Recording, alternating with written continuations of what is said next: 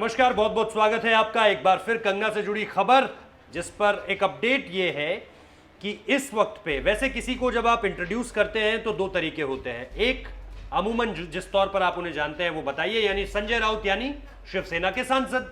लेकिन आज मैं आपको संजय राउत का एक और इंट्रोडक्शन देने जा रहा हूं। दैनिक सामना के एग्जीक्यूटिव एडिटर, यानी एक पत्रकार भी है, लेकिन पत्रकार होते हुए भी स्पीचलेस हो गए हैं, शब्द नहीं मिल रहे हैं, कहना क्या है नहीं पता है। क्यों?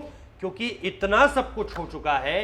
कंगना लगातार ट्वीट पे ट्वीट किए जा रही हैं, जवाब मांग रही हैं, बाबर कह रही हैं, पाकिस्तान कह रही हैं, लेकिन कुछ नहीं सूझ रहा संजय राउत को।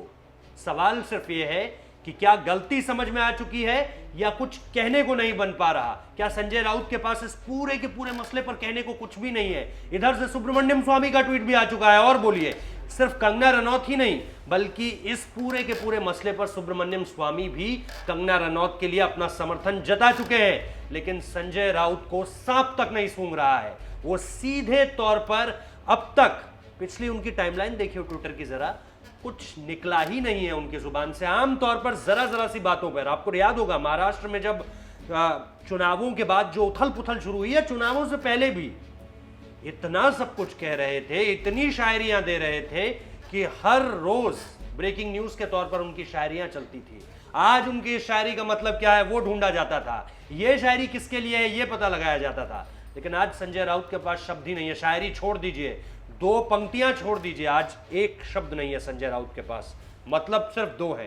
पहला कि क्या गलती समझ में आ रही है कि हमने गलती कर दी, और खास तौर पर वो जो शब्द प्रयोग किए उन्होंने, कबीर दास का एक दोहा है, बोली एक अमोल है जो कोई बोले जानी, हृदय तराजू तोल कर तब मुख बाहर आनी।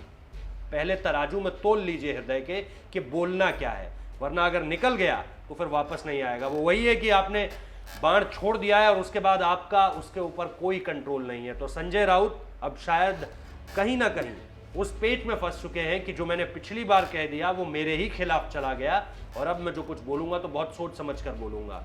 यानी कंगना ने उन्हें एक सीख तो दे दी है। कुछ बोलेंगे या नहीं? अगर कुछ बोलेंगे तो निश्चित तौर पर आप लोगों के साथ हम साझा करेंगे, लेकिन फिलहाल निशब्द है, कोई शब्द नहीं है उनके पास। जो बहुत ज्यादा बातूनी थे वो अब निशब्द हो चुके हैं। बहुत बहुत शुक्रिया इस वीडियो को देखने के लिए।